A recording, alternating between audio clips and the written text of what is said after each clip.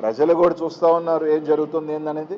తప్పకుండా బుద్ధి చెప్పే రోజు దగ్గరలోనే ఉంది. మహా అంటే ఇంకా 3 సంవత్సరాలు, రైట్.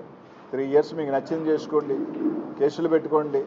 ప్రతి ఒక్కరికి కూడా ఒక ఎక్స్పైరీ డేట్ ఉంటుంది.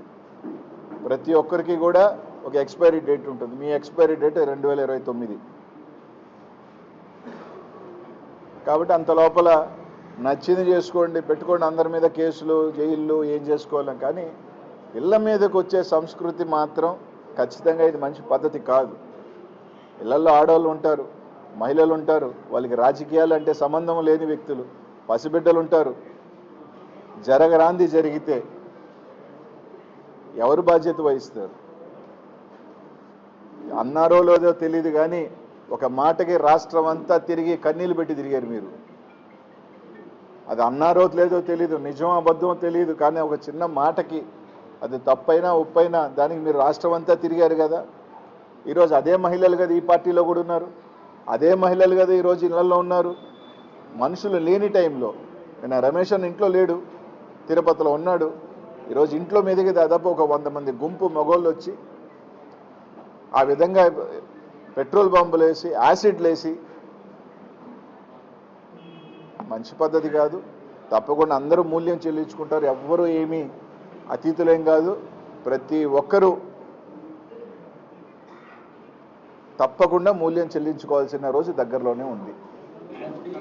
దాడిలో టీడీపీ వాళ్ళు పాల్గొన్నారని చాలా క్లియర్గా కనిపించింది. కానీ టీడీపీ ఎంపీ కేసులని రాంబాబు కావచ్చు, లేదంటే జోగి వారింటిపై వాళ్ళ కార్యకర్తలతోనే దాడి చేయించుకున్నారు. ఇదంతా జగన్మోహన్ రెడ్డి పార్టీ అలవాటని ఆయన నిన్న కామెంట్ చేశారు. సరే, నిజమే కదా. దాడులు చేసే వచ్చే నాయకులు వీడియోలు ఉన్నాయి, పెట్రోల్ వేసేవాడు వాళ్ళ వీడియో ఉంది. ఆ 100 మంది, 200, 300 మంది నీట్గా నడిచి వచ్చే వీడియోలు ఉన్నాయి. వాళ్ళు ఏ పార్టీ కార్యకర్తలు, ఏ పార్టీకి ఫ్లెక్స్లు కట్టుకున్న సంగతి రాష్ట్రం అంతా తెలుసు. కాబట్టి వెనక నుంచి పొడిచే వెన్నుపోటు రాజకీయం వైఎస్ఆర్ కాంగ్రెస్ పార్టీకి, జగన్మోహన్ రెడ్డి గారికి లేదు. వెన్నుతో పెట్టిన విద్య, వెన్నుపోటుతనం కానీ వెనక నుంచి దెబ్బ కొట్టడం వ్యక్తిత్వం అది తెలుగుదేశం పార్టీకే ఆ పార్టీ లాక్కున్న రోజు నుంచి తెలుసు. జగన్మోహన్ రెడ్డి గారికి అలవాటు లేదు. మాకు రొమ్ము ముందు చూపించుకొని కొట్లాడటమే తెలుసు.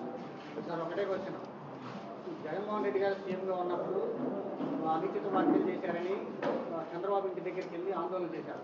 ఆ టైంలో నార్మల్ కేసులు, ఆ టైంలో కేసులు పెట్టారు. ఇప్పుడు ఎవరైతే జోగి రమేష్ గారి ఇంటికి వచ్చి దాడి చేసిన వారి మీద ఫేస్బుక్ కేసులు పెట్టేసి ఎటువంటి సెక్షన్ లేకుండా ఇంటికి పంపించారు పేరు. అప్పుడు దాడి చేసిన వారి మీద అరెస్ట్ చేసి జైలు పంపించారు. ఇప్పుడు నార్మల్ కేసులు పెట్టడం మీరు ఎట్లా పడుతుంది? ఈరోజు ఆ రోజు సంబంధించి కూడా మీరు తీసుకుంటే జోగి రమేష్ అన్న ఏ రోజు కూడా ఒక నిరసనగా చేశారు తప్ప ఎక్కడా కూడా, అది కూడా ఎక్కడ ఆపేశారు? చంద్రబాబు నాయుడు గారు ఇంటి దగ్గరికి పోయారా? లేదు.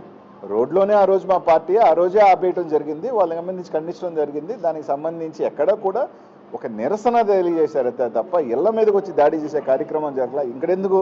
మా నెల్లూరులో ప్రసన్న కుమార్ రెడ్డి ఇల్లు ఉంది, ఇల్లు ధ్వంసం చేశారు.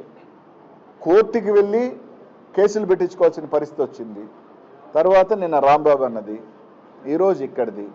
ఏదో తూతూ మంత్రంగా 4 పిల్లకాయలు తీసుకోవడం, వాళ్ళ మీద ఒక కేసు పెట్టామని చెప్పడం, వాళ్ళు అక్కడే బెయిలించి పంపించడం. మళ్ళీ ఏదైనా అంటే అసలు గంజాయిని ఈ రాష్ట్రంలో తెలుగుదేశం వచ్చిన తర్వాత విచ్చలవిడిగా ఎందుకు పెరుగుతుంది అంటే ఇట్లాంటి వాళ్ళని గంజాయిని అమ్మించడం, తాగించడం, వాళ్ళని మోకు చేయటం. ఈరోజు మీరు తీసుకుంటే ఇప్పుడు జిల్లాల్లో గంజాయి మర్డర్లు కానీ, గంజాయి దొంగతనాలు కానీ, గంజాయి ఈ రాష్ట్రంలో ఎక్కడ ఎక్కువ ఎందుకు జరుగుతుంది? వీటిలన్నిటికీ కారణాలేంటి?